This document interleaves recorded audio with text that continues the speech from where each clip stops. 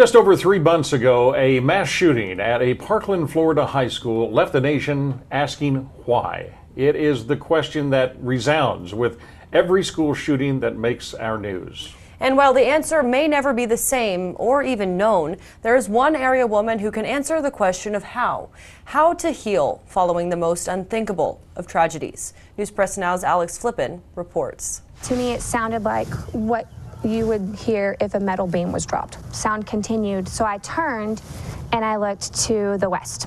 And it's utter chaos. People are just running around. There's people laying down on the ground.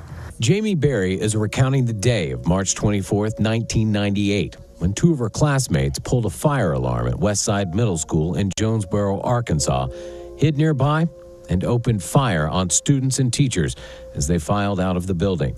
It was a day she's relived countless times, but one she says started just like any other. We had gone shopping because my birthday's March 22nd. So we went to the mall, gone shopping, picked out this top. And I was so excited about this top. Very trivial things when you're 13 years old. And I was gonna wear my birthday top. And I was so excited about wearing my birthday top. It felt so special. So put it on, go to school. It was the last time I wore that top. Just before lunch, that excitement turned to panic terror as her entire school was lured outside by 13-year-old Mitchell Johnson and 11-year-old Andrew Goldman.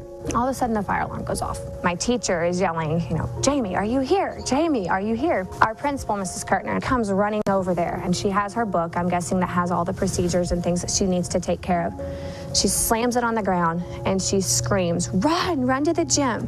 Even then, Jamie couldn't really know what was happening. It was the unthinkable. We all take off running towards the gym, and the kids are still on the ground.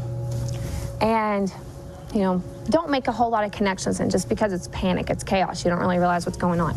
Once inside the gym, it was Jamie's friend who would piece together the events that would lead to decades of asking that question. Why? The first thing she said was, Natalie's dead. And I was like, what? What are you talking about?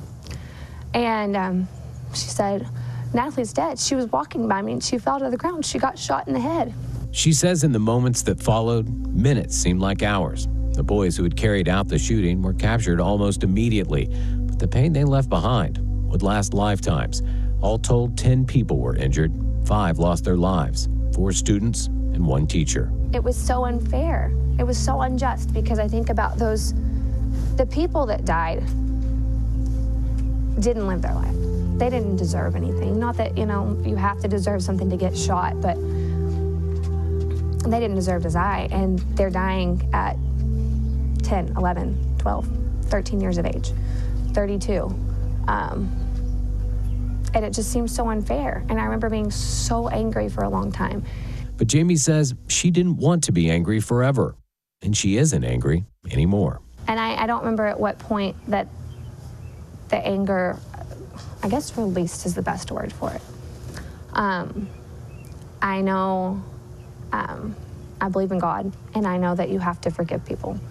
And I got to that point where I could forgive them. And even though the horrific events of that day happened at a school, it didn't keep the resilient, forgiving woman she's become from going back and continue to go back.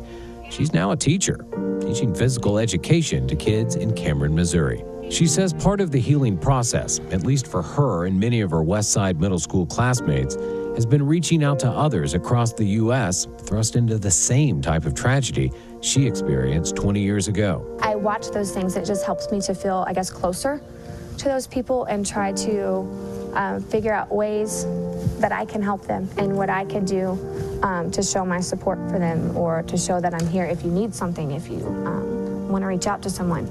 Those things have helped me to heal. For News Press Now, I'm Alex Flippen. Now, the boys responsible for those Westside shootings were each released from prison when they turned 21. They are now the only 2 U.S. mass school shooters from the past century who are alive and not incarcerated. Jamie Berry has provided a list of ways that you can help the loved ones and also the victims of school shootings. If you'd like some more information, you can contact Alex. There's the information right there at the bottom of the screen.